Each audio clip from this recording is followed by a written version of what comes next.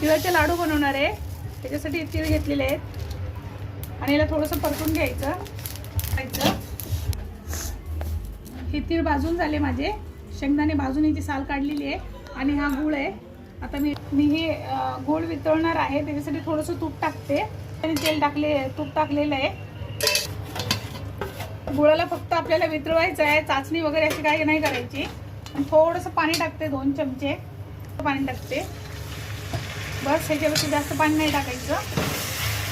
हा गूळ पूर्ण वितळलेला आहे माझा. आता मी तीळ टाकणार आहे,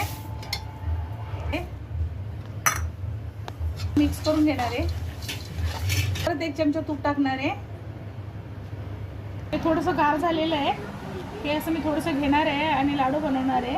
हाताला तूप लावलेलं आहे आणि असं गोल गोल गोल गोल फिरवलं का लाडू बनतोय बघा. बनवून झालेले आहेत, असे तुम्ही पण बनवून बघा.